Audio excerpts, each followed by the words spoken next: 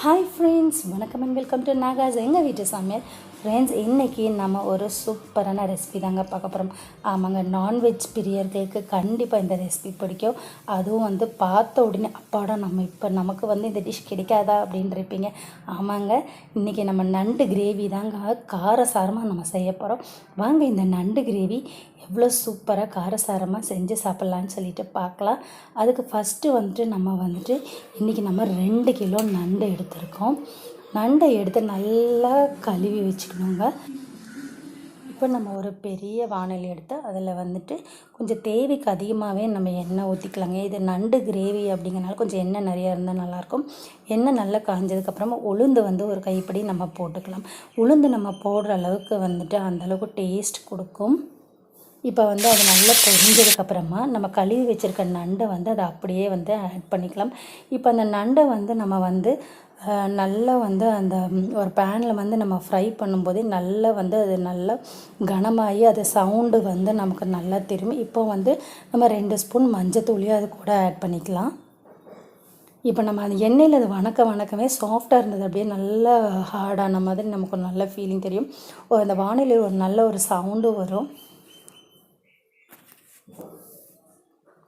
இப்போ அந்த மஞ்சளை போட்டு நல்லா கிளறி விட்டுட்டு ஒரு மிக்ஸி ஜார் எடுத்துக்கலாம். அந்த மிக்ஸி ஜாரில் நம்ம இப்போது மல்லி ஒரு அரைக்கை ஆட் பண்ணிக்கலாம். சோம்பு ஆட் பண்ணிக்கலாங்க. அப்புறம் அதே மாதிரி அரைக்கை நம்ம மிளகு, அப்புறம் ஒரு 7-8 மிளகாய் வற்றலை நம்ம ஆட் பண்ணிக்கலாம். காரத்துக்கு ஏற்ற மாதிரி நீங்கள் ஆட் பண்ணிக்கோங்க. ஏன்னா நம்ம பெப்பர் இன்றைக்கி ஆட் பண்ணியிருக்கோம் இல்லையா நிறையா. இப்போ இஞ்சி பூண்டும் அதே மாதிரி ஒரு கப் அளவுக்கு இஞ்சி பூண்டு நம்ம இப்போ இஞ்சி பூண்டு எந்த அளவுக்கு நம்ம ஆட் பண்ணிக்கிறோமோ அந்த அளவுக்கு டேஸ்ட் இருக்கும். சின்ன வெங்காயமும் அதே மாதிரி ஒரு 250 கிராம் சின்ன வெங்காயத்தை நல்லா நறுக்கி அதையும் நம்ம ஆட் பண்ணி அதை நல்லா அரைச்சிக்கலாங்க. ஓரளவுக்கு நம்ம கெட்டியாகவே அரைச்சிக்கலாம். மசாலா அரைக்கிறமே பார்த்திங்கன்னா ரொம்ப தண்ணியாக அரைக்காமல் நம்ம ஓரளவுக்கு கெட்டியாக அரைச்சிக்கணும். கிரேவி நமக்கு நல்ல ஒரு கன்சிஸ்டன்சியில் கிடைக்கும். இப்போ அந்த அரைச்சி வச்ச கிரேவியை நண்டு நல்லா கிளறி விட்ருக்கோல்ல, அதில் நம்ம அப்படியே ஆட் பண்ணிக்கலாம். இப்போ நம்ம ரெண்டாவது தக்காளியும் இன்றைக்கி ஒரு 3 தக்காளி எடுத்திருக்கேன். 3 நல்ல ஒரு பழுத்த தக்காளியாக எடுத்து அதையும் நம்ம மிக்சியில் திக்காக அரைச்சி பியூரி மாதிரி எடுத்து வச்சுக்கலாம். பாருங்கள், அந்த கலர் நல்லா பிளெண்ட் ஆயிரும் நம்ம போட்ட மசாலா எல்லாமே. இப்போ நம்ம தக்காளியுமே அரைச்சி ஊற்றியாச்சு. நண்டு செய்கிறது பார்த்திங்கன்னா ரொம்பவுமே ஈஸிங்க. இப்போ நண்டு நல்லா மூழ்கிற அளவுக்கு தேவையான அளவு தண்ணி ஊற்றிக்கலாம். அப்போ தான் நண்டு நல்லா வேகும்.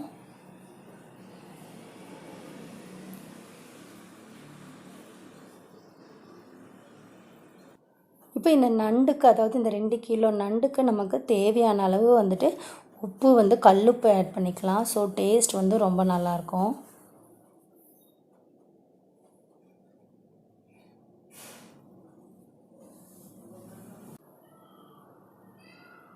இப்போ உப்பை போட்டதுக்கப்புறமா நம்ம நண்டு அந்த கிரேவியை நல்லா நம்ம கிளறி விட்டுக்கலாம். அந்த நண்டு எல்லாமே நல்லா அந்த தண்ணியில் மூழ்கிற அளவுக்கு இருக்கட்டும். இந்த கலர் உங்களுக்கு பார்க்கவே பாருங்கள் எந்த அளவுக்கு நல்லா, அதாவது அந்த காரமெல்லாம் நல்லா இறங்கி நல்லா அந்த நண்டு பார்த்திங்கன்னா சாப்பிட்ற அளவுக்கு நல்லா அப்படியே ஒரு சாஃப்ட் கன்சிஸ்டன்சிக்கு வரணும். அந்த அளவுக்கு நல்லா வேகணும். இப்போ நண்டோட கிரேவி நல்லா கொதிச்சிட்ருக்கு. இந்த ஸ்டேஜில் நம்ம நல்லா கொதிக்கும் போதே நம்ம தட்டு போட்டு க்ளோஸ் பண்ணி வச்சிடலாங்க. க்ளோஸ் பண்ணி வச்சுட்டு ஒரு 15 மினிட்ஸ் போல் நம்ம நல்லா அதை கொதிக்க விட்டுட்டு அதுக்கப்புறமா நம்ம ஓப்பன் பண்ணி பார்த்தோம்னா அந்த கிரேவியெல்லாம் ஓரளவுக்கு திக்காக இருக்கும். நல்லா அந்த காரம்லாம் நண்டில் நல்லாவே இறங்கியிருக்கு. பார்த்தாலே உங்களுக்கு தெரியுதுல்ல, அந்த காரம் அப்புறம் எண்ணெய் நல்லா பிரிஞ்சு தெளிவாக மேலே வந்திருக்கும். நமக்கு இந்த குழம்பு மாதிரி வரும்போது வேணும்னா எடுத்து வச்சுக்கலாம். இல்லைன்னா கொஞ்சம் திக் கன்சிஸ்டன்சி வரைக்கும் இருந்துட்டு அதுக்கப்புறம் நம்ம கேஸை ஆஃப் பண்ணிடலாங்க. நண்டு கிரேவி பார்த்துக்கிட்டிங்கன்னா உடம்புக்கு அவ்வளோ நல்லதுங்க.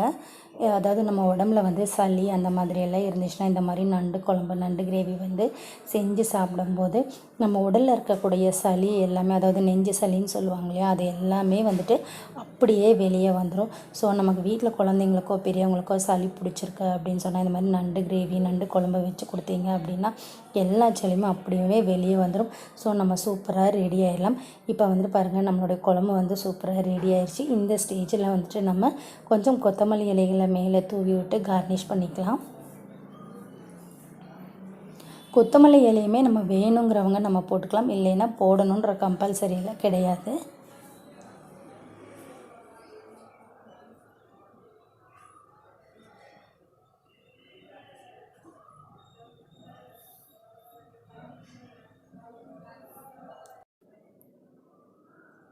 நம்முடைய நண்டு கிரேவி ரொம்ப சூப்பராக ரெடி ஆயிடுச்சுங்க. பார்க்கும்போதே ஐயோ எப்படா எடுத்து சாப்பிட்டோன்ற அளவுக்கு ரொம்ப டெம்ட் ஆகுது.